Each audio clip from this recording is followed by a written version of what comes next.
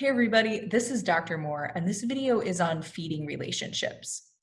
So I think most of us are familiar with the idea of a food chain. A food chain is a diagram that shows who eats whom in an ecosystem.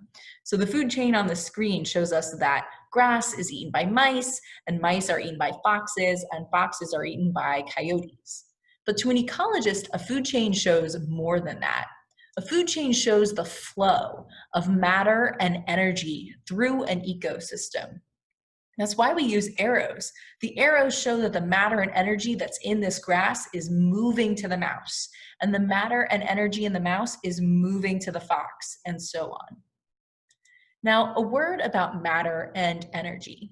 Matter is the physical stuff that the universe is made from. So atoms and molecules and everything that's built out of atoms and molecules. Energy, on the other hand, is the ability to make changes in the physical world, the ability to rearrange the position of those atoms and molecules in space. So the picture shows us a tea kettle and it's filled with water. Both the tea kettle and the water are matter. They are stuff. But there's energy coming from the stove, and the energy, the heat energy, is causing a rearrangement of the matter. Specifically, it's causing the water molecules that are in the tea kettle to start speeding up.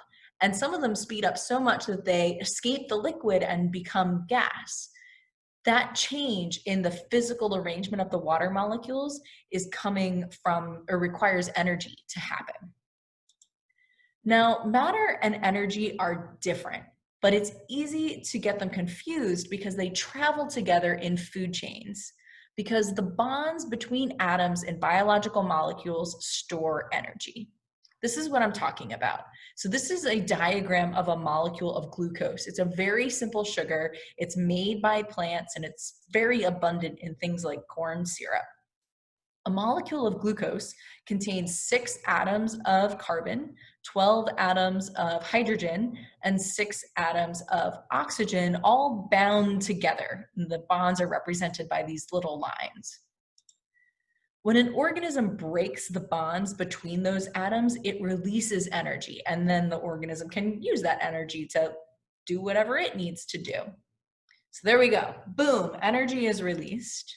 And this is how our food powers our bodies.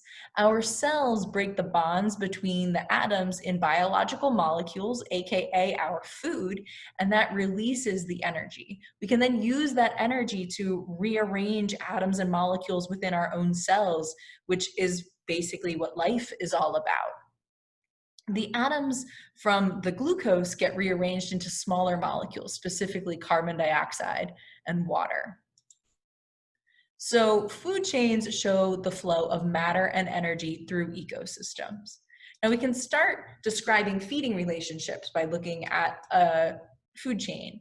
So one of the first divisions we might make is the division between producers and consumers. Producers are organisms that produce their own food, and in this case, it's the grass. Consumers are organisms that need to consume other organisms, living or dead, in order to get food.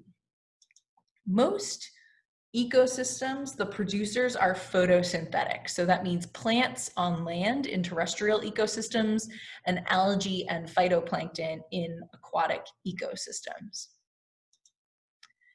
In addition to dividing a food chain into the producer and the consumers, we can also talk about trophic levels, which is your specific place in a food chain.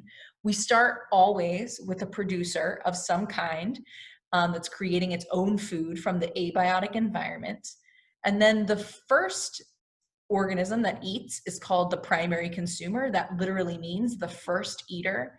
The primary consumer gets eaten by the secondary consumer. The secondary consumer gets eaten by the tertiary consumer. Again, that literally means the third consumer. And it's possible to have quaternary and fifth level consumers, but it's not common for reasons you'll understand later in the course. Now, most ecosystems don't just have a single pathway for matter and energy to travel. They have several different pathways. And so we often represent this with a food web, which is many interconnected food chains.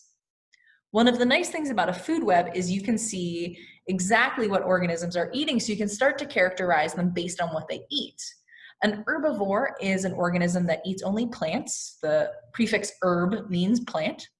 A carnivore is going to eat only animals. The prefix carn means flesh. And omnivores are going to be organisms that eat both plants and animals. Omni means all. It's also important to note that an organism can occupy more than one trophic level in a food web. So if we look at this mouse here, we could say that the mouse is a primary consumer because it eats a producer, but we can also say that it's a secondary consumer because it eats a primary consumer in the grasshopper. That's okay. The mouse can be both a primary consumer and a secondary consumer. Finally, there's something that's not shown in most food webs, and that is decomposers. Decomposers are organisms that eat dead organisms and biological wastes. And they are not generally shown in food webs because all things eventually get eaten by decomposers. And so it just makes a really messy diagram if we have arrows going from all the creatures to the decomposers. And so for simplicity, we tend to leave decomposers out of food webs, but it's not because they're not important. They are very important for recycling matter and making it available, all of the atoms that were in these organisms, making those atoms available for assimilation by the producer so that the cycle can continue. And that concludes my video on feeding relationships.